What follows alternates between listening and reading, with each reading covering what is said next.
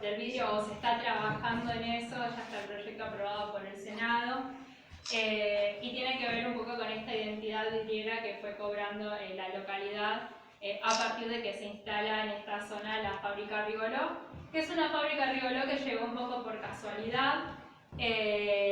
No es que su creador, León Rigoló, haya tenido la intención de poner una fábrica, sino que él, cuando viene en 1870 desde Francia, tiene la intención de poner en estas tierras una papelera. Cuando empieza a incursionar en ese negocio, se da cuenta de que no encontraba tinteros, que eran muy caros o difíciles de conseguir. Entonces investiga el porqué, y es que en Latinoamérica no se fabricaba vidrio.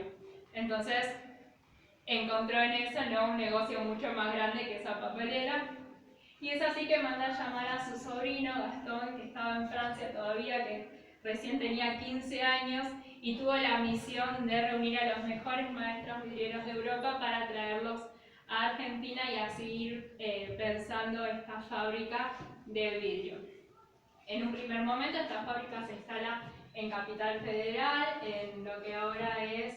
ay, se me fue la calle. No, en el centro. Se me fue la calle totalmente.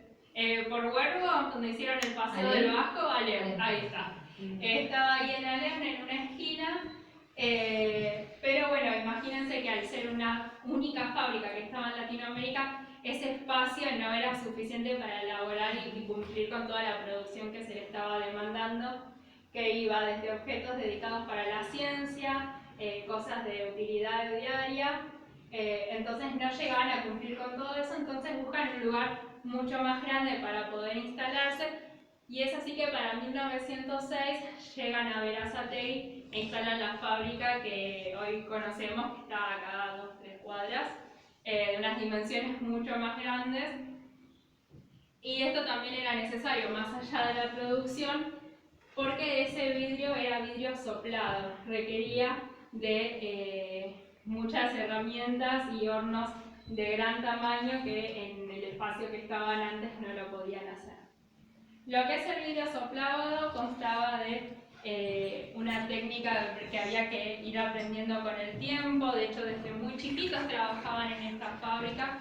Pensemos que para 1906, cuando se instalan acá en Berazategui, todavía no existían los derechos del niño, entonces era lo más común ver niños trabajando. Acá en esta foto podemos ver algunos, pero bueno, a lo largo del tiempo se iban formando, ¿no?, en esta profesión, que constaba de un horno que está a más de 3.000 calorías, y tomaban una porción de esa materia, que es como una especie de caramelo. Cuando estamos preparando el caramelo, que es como entre líquido y sólido, no es una cosa ni la otra, tomaban una porción de ese material y iban soplando. ¿Conocen la frase "es más fácil que soplar y hacer botella"? Sí. Bueno, decimos que es mentira, porque no es nada fácil, justamente lo que les comentaba recién. Y además, por ejemplo, para hacer una copa se necesitaban alrededor de 7 hombres. Imagínense toda la producción para poder realizar una sola. Y las tareas eran estas: uno iba soplando, el otro le iba abriendo y cerrando el molde abajo, también había que ir manipulando las herramientas, y en un primer momento quizás se logra una forma como esta, luego se le corta esta parte, otro la tiene que pulir, después se le agrega el tallo, y después quizás, bueno, si son más de alta cristalería, algún tallado y demás, y todas estas piezas tienen que ir a una última cocción para estar como listas para salir al mercado.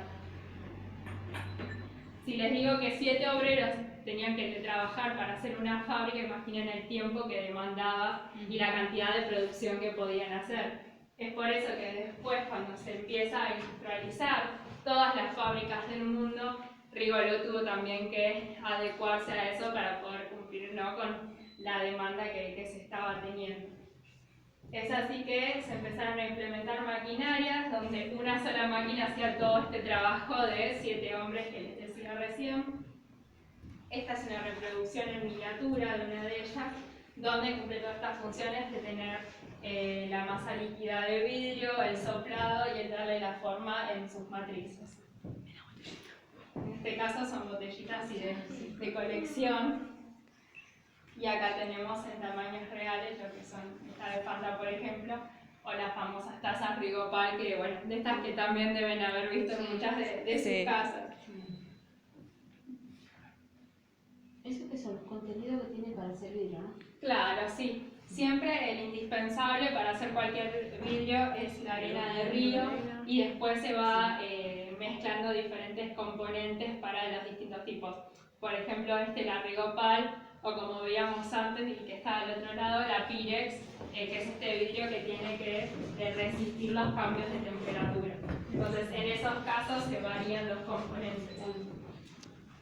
La Pirex es una fórmula del vidrio que Rigoló trajo desde Estados Unidos, allá ya se estaba implementando a partir del ferrocarril también, porque lo que sucedía es que cuando se tenía que encender la lámpara de que venía el tren, en invierno con las nevadas y demás, no resistía el cambio entre el frío y el calor, entonces se empezó a elaborar esta fórmula.